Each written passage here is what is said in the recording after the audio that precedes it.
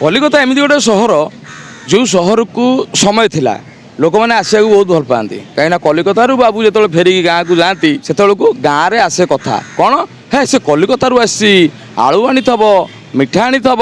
हाँ छेना गुड़ आनी यहाँ गोटे थाए गोटे समय थिला किंतु कलिकता एते समृद्ध हवा सत्वे बहुत महापुरुष यही माटी जन्म नहीं आध्यात्मिक जगत में जो मैंने कि कोलकातार ना को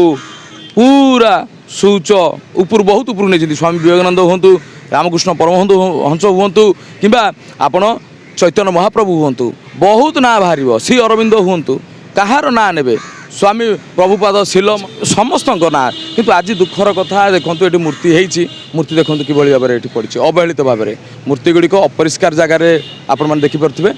देख तलू टे देखा अनुरोध करी जे एत अपरिष्कार भाव में ये देखो हाड़ खंडे भी पड़ी ये देखो ये गोटे ये मूर्ति सामने हाड़ पड़ी टे पाखक नहीं जूम कर देखूँ तो ये जो घटना कौटी ना कौटी भारी दुखदायक कथा वेस्ट बेंगल रे एटा हूँ विचित्र परिस्थिति देखा अनुरोध करी जे वेस्ट बेंगल रे जो पूजा सरीगला परे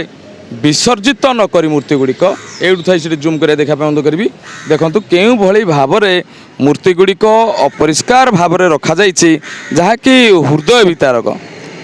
आटलिस्ट लोक मैंने जनसचेतन हवा दरकार तलू देखा अनुरोध करी देखो अपरिष्कार माहौल पुणी आगू देखा से जो शौचालय अच्छी आगे केते सेट जूम कर देखाओ केते अपरिष्कार माहौल भितर यही सब जिनस गुड़िक अच्छी स्पेशली ठाकुर देवादेवी को हिंदू देवादेवी को क्यों भली भाव में रखा जाइए टे बुलाप अनुरोध करी एठी भी अच्छा मूर्ति पाखक आस देखे चल